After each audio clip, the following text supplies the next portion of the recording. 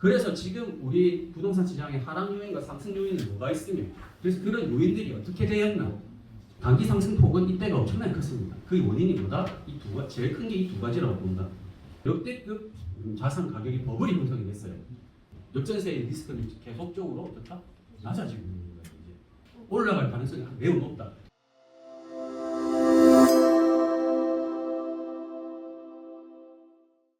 반갑습니다. 오늘 위드 경매학원의 특강을 맡게 된 저는 부산에서 종구스 밴드를 운영하고 있는 종구스 밴드 리더 송혜봉, 닉네임은 쏘모봇이라고 합니다. 반갑습니다. 오늘 이야기할 거는 저번에 종목 때 강의에서 했던 이야기인데 조금 더 최근 트렌드랑 조금 업그레이드한 거긴 한데 2024년 부동산 시장 전망과 그 다음에 지역별 투자처에 관한 이야기를 할 겁니다. 근데 우리가 우선 부동산 시장을 지금 전망하기 위해서는 일단 우리 스스로 기준을 가지고 시장을 바라봐야 됩니다. 기준 없이 그냥 들으면 저 사람이 말하면 좋은 것 같고 파란론자가 말하면 부동산 떨어질 것 같고 자기 스스로 기준이 없으면 뭡니까? 누가 말하든 판단할 수가 없고 왔다 갔다 해서 기준을 잡을 수 없습니다. 그래서 먼저 어떤 기준을 가지고 바라봐야 되냐는 이야기를 하고, 그래서 지금 우리 부동산 시장의 하락 요인과 상승 요인은 뭐가 있으며, 그래서 그런 요인들이 어떻게 되었나? 하락 요인이 지금 많은가, 상승 요인이 많은가? 그걸 판단해서 객관적으로 시장은 지금 현재 시장은 이렇고, 그래서 지금 24년 부동산 시장은 이렇게 될 것 같다. 라는 저의 생각을 이야기할 겁니다. 이건 제 생각이지 제 생각입니다. 틀릴지 맞을지는 아무도 모르는 거고 저에 대해서 제 생각입니다. 그리고 제가 생각하는 24년도 투자 유망 종목은 이런 것이고, 그 다음에 지역별 부동산 시장 전망은 이런 것이다라고 이야기하고 마무리 칠 겁니다. 제가 부동산 시장을 바라보는 기준은 어떻게 생각하냐? 저도 어떤 투자 스타일이냐면 그냥 감으로 투자, 심리 이야기한다고 감으로 투자하는 게 아니고, 알다시피 우리 스터디하면 데이터 분석 미치듯이 하거든요. 그래서 저희 스터디를 또 싫어합니다. 어렵고 힘들다. 오만 데이터를 다 해보고 여러 가지 해봤지만 객관적으로 시장을 다 평가하는 기준들만 가지고 있다는 걸 다 깨달았습니다. 그래서 그런 기준을 객관적으로 시장을 바라보는 게 제일 중요하다. 이게 먼저입니다. 그래서 지금 상황에 원인과 결과를 딱 파악하면 된다. 객관적인 시야로. 다른 내 개인적인 감정을 여기 묻지 말고 원인과 결과를 파악하면 됩니다. 우리가 이걸 빨리빨리 넘어가서 좀 이야기 바로 이제 넘어가겠습니다. 우리가 마지막에 2020년, 2021년도에 상반기 역대급 상승장이 있었어요. 2020년 알다시피 그 이유가 뭡니까? 임대차 3법 부작용이 2020년 8월에부터 시작이 됐고, 코로나 유동성 가공급으로 원래 2019년도에 금리가 다시 오르기 시작했는데 코로나가 터지면서 또 다시 금리를 낮추면서 돈을 풀었습니다. 그래서 지원금까지 다 풀고 역대급 유동성이 늘어났죠. 그렇게 되면서 이 모든 유동성들이 어떻다? 그때 비트코인이든 부동산이든 자산에 딱 눌러가면서 자산 버블이 형성하는 겁니다.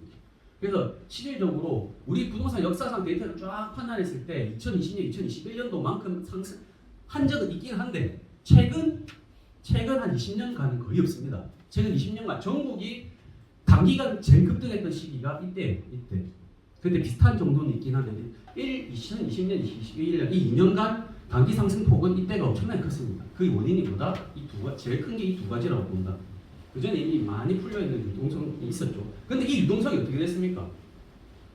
2021년 9월 달에 정부가 처음으로 전세 대출을 한번 쪼옵니다.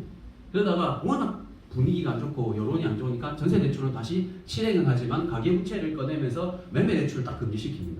그때부터 매수 심리가 언제까지 오를 것 같다고 생각했던 매수 심리가 살짝 얼어붙기 시작하고, 그러면서 DSR이 22년 1월부터 적용되기 시작했죠.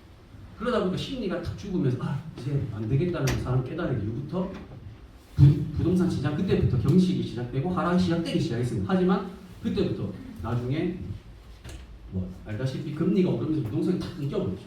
그 다음에 임대차 3법 부작용 역시 전세 공급이 한 2바퀴 도로 정도 지나가니까 어떻게 되죠? 한 바퀴 2바퀴 지나시니까 전세가 공급이 정상화되고 전세 가격도 정상화되니까 어떻다? 그리고 금리가 오르면서 전세가가 하락하기 시작했습니다. 그렇게 되니까 이 버블 이렇게 상승장의 원인이 사라지니까 어떻게 됐습니까? 딱 사라지니까 상승장에서 하락장으로 전환했습니다. 하락장 알다시피 2020년부터 하락장이 시작됐는데 그게 하락장이 깊어지고 급락장이 시작된 거는 22년 5월 급등기부터지만 우리가 이제 흔히 실질적으로 상승장에서 하락장으로 전환된 시점은 21년도 9월 정확하게 말했을 때 데이터상으로는 22년 5월부터지만 한 22년도 초반부터는 이미 부동산 시장이 경직되고 타락하기 시작했어요. 급락장의 원인은 우리가 알다시피 그동안 유동성 버블이 집중되면서 역대급 자산 가격이 버블이 형성이 됐어요.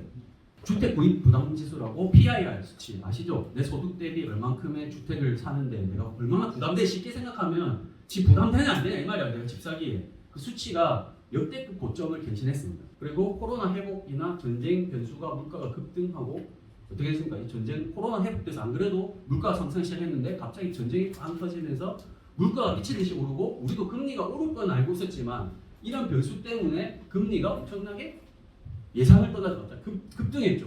그래서 급등 22년 5월부터 급등을 합니다. 그 다음에 이 정부가 참 머리를 잘 쓴 게 취득세 완화 없이 뭐만 했습니까? 당선될 때는 다 풀어줄 것처럼 해놓고 근데 알다시피 정치적 상황 자체가 취득세 중과 협의가 안 돼서 할 수는 없는 상황이었어요. 하긴 하지만 이 사람들이 취득세 완화는 양도세 중과 완화부터 합니다. 뭐냐? 사지는 못하게 해놓고 양도세 중과 완화해서 매도만 하게 만들었어요. 그럼 파는 물량만 많이 나오면 어떻습니까? 가격이 떨어질 수밖에 없게 만들었죠. 기본적으로 매수적으로 바로 매도면 증가했습니다. 그 다음 이것도 정말 중요한 것 중에 한 개가 임대차 3법 부작용으로 전세가가 사상 최대로 올렸지만 그 2년 뒤에 어땠습니까? 그게 감당이 안 되는 거 올랐으니까 그 뒤에 어떻다? 역전세가 그만큼 엄청나게 커졌어요. 특히 이 금리 급등 때문에 지금 전세는 우리 예전과 다르게 전세 대출과 다 연동이 돼 있죠. 전세 대출을 받아서 웬만한 사람들 다 전세를 들어오기 때문에 이제 금리와 전세가가 연동이 될 수밖에 없습니다. 그래서 전세 대출 금리가 워낙 오르고 전세 매달리는 이자가 너무 부담스럽게 되자 어떻게 된다? 전세가가 내려갔어. 근데 내려갔는데 2년 전에 전세가가 역대 최대로 올랐었잖아. 그 2년 뒤에 어떻게 됩니까? 다 역전세 맞습니다. 다 역전세. 금리 오른 것 때문에. 자, 그래서 어떻게 됐습니까? 이렇게 침체장에서 아까 그런 상승 원인이 사라지면서 상승장에서 하락장으로 전환은 됐지만 그 다음에 급락장의 원인이 생기면서 어떻게 됐습니까? 완전 침체장에서 완전 급락으로 바뀌었어요. 22년 5월 이후부터. 그래서 어떻습니까? 우리가 알다시피 22년 말까지 특례 보금자리로 시작되기 전까지는 단기 최대 하락이 일어났어요. IMF를 제외한 나중에 이건 이야기를 드릴 건데. 자, 그럼 지금 어떻습니까? 지금 22년 그 급락 이유가 23년도 반등의 이유. 23년도는 어떻게 됐습니까? 알다시피 23년도에는 완전 22년도 말에 바닥을 찍었다가 23년도에 반등이 시작됐습니다. 일부. 전체 반등이 된 건 아니고요. 일부 반등과 지역별로 차이는 있지만 반등이 시작한 이유는 뭡니까? 일단 매매가 30% 40% 단기 급락하면서 버블이 일부 해소됐습니다. PR 지수도 좀 내려왔고요. 사람들이라는 게 심리적인 요소가 크기 때문에 기준점이 있고 비교점이 있으면 이게 싼지 아닌지 비교를 하게 됩니다. 역대급 정고점을 찍은 건 다 확인했었죠. 21년도에. 최대 지금 IMF보다도 하락장이 더 길게 가고 있어요. 지금. 그러다 보니까 사람들이 딱 비교했을 때 정고점보다 40%나 떨어졌잖아. 10억 하는 게 6억이 됐어. 그러니까 딱 비교점이 생기죠. 근데 그러면 이제 이게 더 떨어질까 막 고민을 하고 있는데 정부에서 어떻게 합니까? 딱 대출을 풀어줘. 그게 보금자리. 야, 다주택자 말고 실거주자 너가만 사. DSR도 못 깨. 조건 완화해서 딱 풀어줘. 그러다 보니까 어떻게 되냐면 2월부터 딱 매수 심리가 살아나면서 금매들 다 실거주고 사가기 시작했어요. 안 그래 고민하고 있는데 대출 딱 풀어주니까 어떡하나고 사람이. 그 다음에 어떻다? 시중금리가 인하됐어요. 시중금리 인하한 게 기준금리는 인하하지 않았습니다. 하지만 시중금리가 나중에 보면 알겠지만 22년 하반기에는 엄청나게 올랐었어요. 은행 대출금리 자체가. 실제 시중에 가면 그 7%도 나오고 6, 7%까지 나왔는데 정부가 이 특례 보금자리를 내세우고 너무 가산금리 받지 마라고 압력을 해가지고 다시 지금은 어디까지 내려왔느냐? 지금 알다시피 주택담보대출이 3% 후반대까지 내려왔어요. 그때에 비하면 한 거의 반까지는 아니더라도 3분의 2 수준까지 확 내려오겠죠. 기준금리는 그대로입니다. 그러니까 사람들이 체감하는 금리는 하는 거죠. 왜 은행 입장에서는 특례 보금자리로만 열심히 나가니까 자기 상품도 팔아야 되잖아. 그러면 금리 자체를 특례 보금자리보다 싸게 할 수밖에 없었어. 자기는 DSR 적용까지 됐으니까. 그리고 은행에서도 또 막 가산금리 정부에서 압박을 넣었기 때문에 당연히 그런 겁니다. 자, 그리고 어떻습니까? 역전세가 심하니까 역전세 대책이라고 역전세 반환 대출까지 실행해 줬어요. 급락하지 마라. 그러니까 어떻습니까? 급락장에서 반등을 했습니다. 그런데 이 반등했던 요인들이 어떻게 되느냐? 이미 버블 해소가 됐었는데 일부 또 선도 단지들이 반등을 했고 그 다음에 특례 보금자리로 보니까 어떻게 됐죠? 9월 달부터 정부가 참 머리를 쓰는 게 우리는 부동산 시장 건설업을 살리기 위해서 특례 보험제도를 좀 더 지속할 거라 생각했었어. 하지만 이 사람들이 지금 원하는 거는 부동산 부양이 아니고 뭐죠? 안정화에서 뿐이에요. 자기 아직 총선도 남아있고 정치적 기반이 그렇기 때문에. 그러니까 바로 9월달에 축소시켜버려요. 딱 그때 이후로 부동산 경기가 다시 침체되기 시작했거든요. 그 다음 시중금리도 어떻다? 좀 인하가 됐었는데 2023년 딱 이게 특례보험제가 끝난 이후에 같이 10월달에 또 전쟁이 터지고 그러니까 미국 국채금리에 이득 이슈가 생기면서 또 금리가 불안정하게 다시 오르고 막 왔다 갔다 했어요. 그러니까 그때부터 다시 심리가 꺾이는. 그리고 뭐 이것도 있었고. 그러니까 어떻습니까? 반등의 이유들이 지금 많이 또 사라지니까 어떻다? 급락장에서 반등을 했는데 지금 이것들이 생기고 나서 다시 23년도 9월부터 어떻다? 조정장이 됐습니다. 이 원인이 사라졌기 때문에. 그리고 이 시장을 바라보는 기준 중에 한 개가 또 우리가 시장을 바라볼 때 이런 것들 기본적으로 데이터에 쌓아놔야 되고 또 해야 되는 게 우리가 시장을 기억할 때 항상 상승장이 오거나 돈이 많이 풀릴 때는 오버슈팅이라는 거예요. 오버슈팅이 일어나서 내가 기준 이게 정상적인 건지 아닌지 잘 모르거나 또 하락할 때는 또 공포 심리가 너무 극대화돼서 분명히 버블이 빠졌음에도 불구하고 사람들이 심리 때문에 사질 못해요. 이 기준이 없으면.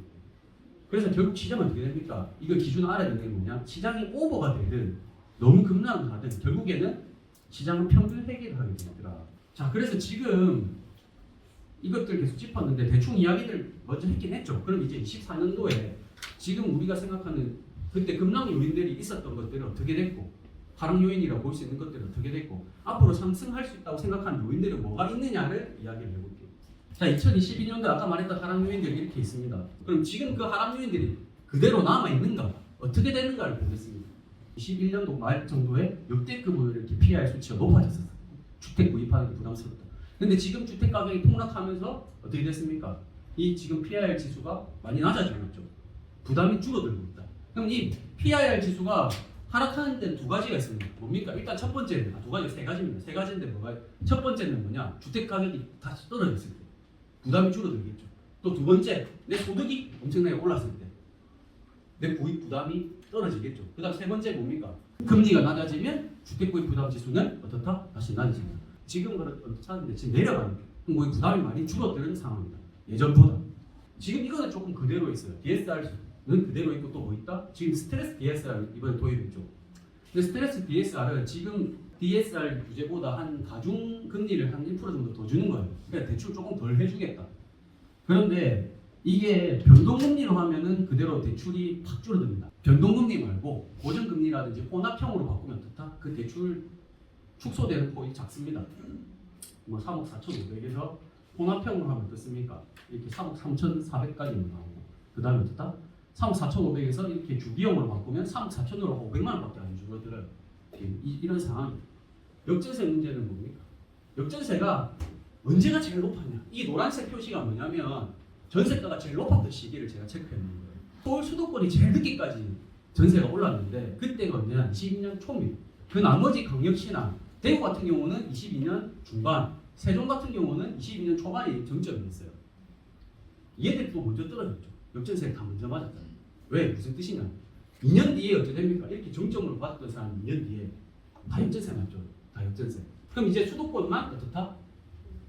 남았는데 걔가 언제까지입니까? 2년 뒤가 24년 초반까지입니다. 24년 초반. 지금이죠. 지금.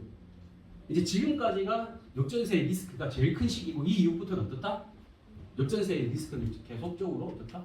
낮아지고 있는 거예요. 이제. 자, 신생아 특례라는 거는 솔직히 말해서 이거는 상승까지 가능한 요소는 아니고 무슨 요소가 되냐면 하방 경직성을 강화시키는 요소가 됩니다. 특히 뭐 이런 사람들이 작년 한 해 부산에서는 강서구가 제일 거래가 많이 있어요. 부산에서는 작년에 특례 보험자를 진행했을 때 그리고 전국적으로 어디가 많이 되냐? 화성, 그 다음에 천안, 평택 등등 어디 라인입니까? 여러분? 어디 라인이죠? 삼성 라인, 경부 라인. 그리고 대부분이 어디다? 택지지구. 작년에 장에 반등을 주도한 세력이 누구냐? 30대입니다. 실거주 30대들이 특례 보험자에도 싸다 이런 기회를 잡아서 다 매수했어요. 그 사람들이 어디를 다 선호했느냐? 신도시, 택지지구, 적당한 가격대를 유지하고 있는 지역. 이게 전세 대출에도 실행이 되는 거죠. 전세가도 어떻다? 받쳐줄 요소가 많습니다. 그렇기 때문에 얘는 하방 경직성을 강화시켜줄 가능성이 높아요. 지금 변하지 않는 정확한 사실이 몇 가지가 있어요. 변하지 않는 사실이. 그게 얘들이에요. 기본적으로 지금 뭐다? 분양가 상승은. 분양가 지금 떨어질 일이 있습니까? 이거 알죠? 뉴스만 봐도 알죠? 실질적으로 어떻습니까? 인건비고 자재비고 다 올랐습니다. 그러면 이 분양가 상승되면 두 가지가 일어납니다. 이 분양가 상승을 받아들이면부터 신축의 기준이 가격이 올라가고 그 기준점 지역의 그 아파트 가격대가 이미 높아진다. 기준이 딱 잡아주니까. 하지만 이게 만약에 이 분양가 올라가 안 받아줍니다. 안 받아주면 어떻게 돼요? 처음에 미분양이 나고 부디가 안 좋아지죠. 하지만 근데 그 뒤에 어떻게 돼요? 건설사들이 분양을 안 합니다. 이게 실질적으로 지금 무슨 일이 일어나느냐. 나중에 데이터를 보여드리겠지만 지금 대한민국 한 20년 그 데이터 역사상 데이터에 나온 역사상 지금 인허가량이 제일 적습니다. 착공량도 제일 적습니다. 전국 역사상. 수도권뿐만 아니라 전국적으로 그렇습니다. 그리고 공급량도 어떻다? 입주 물량도 전국이 제일 작습니다. 정비 사업들 다 어떻게 되고 있어요? 정비 사업 다 스톱이잖아. 진행되기 힘들죠. 추가 분담금하고 시공사 비용 협상하기 전까지 못합니다. 그럼 뒤에 분양도 계속 미뤄지는 거야. 이거 다 끝날 때까지. 언제까지? 이 분양가를 인정할 때까지. 이 공급 부족이 금리도 내려가고 공급이 부족하기 때문에 앞으로 전세가는 어떻게 될 가능성이 높아요? 방문만. 전세가가 상승할 가능성이 무조건 높죠. 공급은 부족하다고 정해져 있을 때 그럼 전세가가 웬만하면 오를 건데 안 오를 가능성이 두 가지가 있어요. 금리가 급등을 다시 하거나 또 한 가지 뭐야? 정부에서 전세 대출을 막을 때. 그 두 가지가 딱 되면은 전세가가 다시 멈출 가능성이 있지만 그 외에는 전세가는 지금 어떻다? 올라갈 가능성이 매우 높다. 금리 인하도 잠깐만 이야기하면 이게 무슨 그래프냐면 M1, M2 비율입니다. M1, M2 비율이 뭐냐? 시장의 유동성이 얼마나 있냐를 나타내는 지표예요. 집을 살 수 있는 유동성이 얼마나 될 것이냐를 M1, M2 비율을 많이 이야기합니다. 수도권 집값은 M1, M2 비율에 운동을 참 많이 합니다. 다른 요소들보다. 쉽게 말하면 수도권 집값, 서울 집값은 돈의 영향을 많이 받는다. 그리고 알다시피 지방 소도시 집값 가격은 뭐에 영향을 많이 받습니까? 공급 물량 영향을 많이 받습니다. 그 이유가 뭐냐면 수요의 차이. 지방은 그 사는 사람들이 한계가 있고 유입된 사람이 한계가 있죠. 집 살 수요도 한계가 있습니다. 공급이 가다 공급이 나오면 바로 직격타를 받아요. 가수요가 투자자들이 사주지 않는 이상. 근데 수도권은 물량이 많든 아니든 간에 그거랑 다르게 가격이 움직였습니다. 특히 그게 연간 상한계수가 높은 게 뭐냐? 유동성의 증가랑 많이 움직입니다. 그 이유가 뭡니까? 수도권 부동산은요 실거주 의미하고 다른 의미를 가집니다. 실거주 수도권 부동산 서울은 지금 자가 점유율이 몇 프로인지 압니까? 내 집을 갖고 있는 비율가 40몇 프로예요. 40몇 프로. 나머지는 전부 다 다주택자가 갖고 있어요. 그 이유가 뭡니까? 수도권 부동산은 우리나라 부동산에서 욕망의 제1의 대상입니다. 무슨 뜻인지 알죠? 전국의 투자자들이 부동산 소유하고 싶은 사람들이 제일 소유하고 싶은 부동산이 어딥니까? 기본적으로. 서울 제일 좋은 것들이잖아. 왜? 안전할 것 같고 제일 많이 오를 것 같고 인구가 줄어도 어떻다? 나중에 제일 인구가 많을까?